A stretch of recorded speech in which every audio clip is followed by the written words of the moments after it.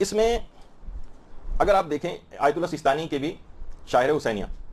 سوال و جواب جو ان کی ویب سائٹ پر ہے کہ محرم میں عاشورے کے روز خواتین اپنے بالوں کو نوچتی ہیں، کیا یہ جائز ہے؟ کیا اس پر کوئی کفارہ ہے؟ جواب: ایسا کرنا جائز ہے اور اس پر کوئی کفارہ نہیں۔ ابھی آپ نے عام اموات کے احکام میں آپ نے دیکھا تھا کہ اس میں وہاں پر انہوں نے کفارے کو بھی ذکر کیا تھا،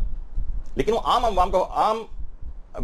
اموات کا حکم تھا، وہ امام حسین کے سلسلے میں نہیں تھا۔ امام حسین کے سلسلے میں ایکسیپشن ہے کہ وہاں پر اس کی اجازت ہے۔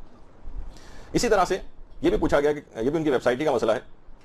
کہ عورت اگر اپنے بالوں کو توڑتی اور اپنے چہرے کے اوپر جو ہے وہ تماچے مارتی عزائے حسینی میں، تو کیا جائز ہے؟ جواب: جائز ہے۔ تو چہرے کے اوپر تماچے مارنا یہ بالکل عزائے امام، یہ بھی جز کے اندر آتا ہے، یہ جز کے مظاہر ہیں، یعنی بےتابی کے اندر اپنے چہرے کے اوپر ہاتھ مارنا عرب عورتوں کے اندر یہ کافی رائج ہے۔ اور خود مراجع عظام اگر آپ آیت اللہ صافیہ گلپائگانی کی اکثر ویڈیوز کو دیکھیں مجالس کی، تو اپنے چہرے کو اپنے ماتھے کو پیٹتے ہیں۔ ہمارے یہاں بہت زیادہ اتنا رائج نہیں ہے، لیکن عرب دنیا میں ایرانیوں میں یہ چیز رائج ہے۔ تو یہ تمام جز کے مظاہر، تماچے مارنا، اپنے بال کو توڑنا، اور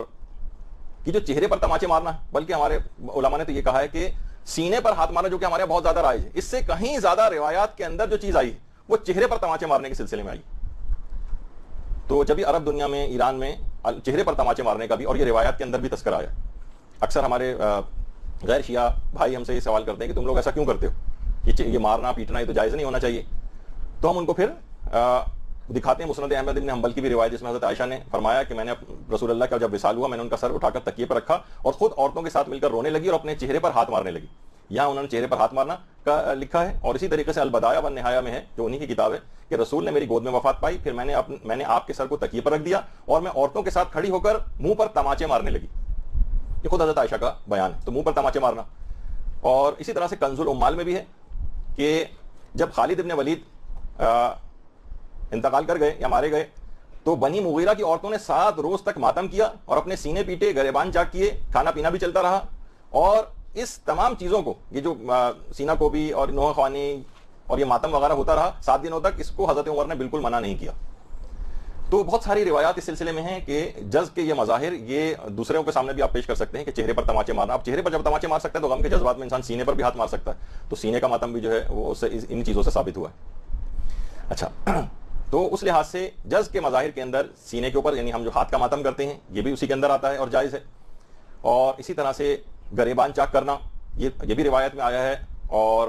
باقاعدہ آیت اللہ سیستانی نے بھی اس کا فتویٰ دیا ہے کہ اس میں کوئی حرج نہیں ہے کہ اگر انسان غم کے جذبات میں عزائے امام کے اندر اپنے گریبان کو چاک کر لے، تو اس کے اوپر نہ کوئی کفارہ ہے، نہ کوئی یہ حرام کام ہے، اور یہ کام بالکل جائز ہے۔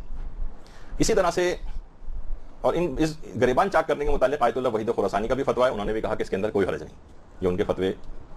کا ایک پکچر شاٹ ہے۔ اچھا، اسی طرح سے سر پر ہاتھ مارنا، زور زور سے سر پر ہاتھ مارنا، یہ سب بھی اس میں اجازت ہے۔ رانوں کو پیٹنا یا بہت زیادہ رونا اور اپنی آواز کو بہت زیادہ بلند کرنا، اور روایات کے اندر ہمارے چھٹے امام امام جعفر صادق علیہ الصلوۃ والسلام نے